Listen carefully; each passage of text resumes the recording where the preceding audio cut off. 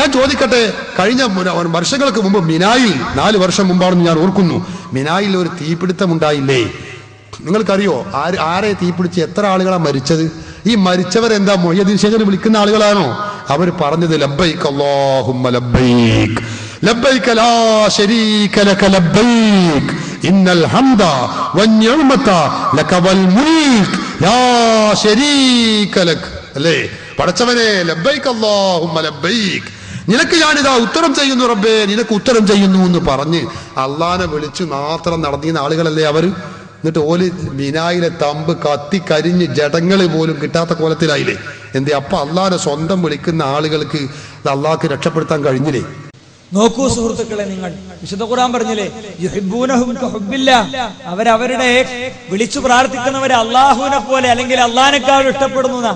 മഞ്ഞക്കൊള്ളത്തെ ഭണ്ഡാരം പൊളിച്ച നിങ്ങളെ ശൈഖിന്റെ ഭണ്ഡാരം കട്ടുണ്ടോ ഇപ്പൊ എവിടെയോ നിങ്ങളെ ശൈഖ്? ഒറ്റ ചോദിക്കുമ്പോ അപ്പൊ ഉത്തരം തരാന്ന് പറയുന്ന ആള് അല്ലെ?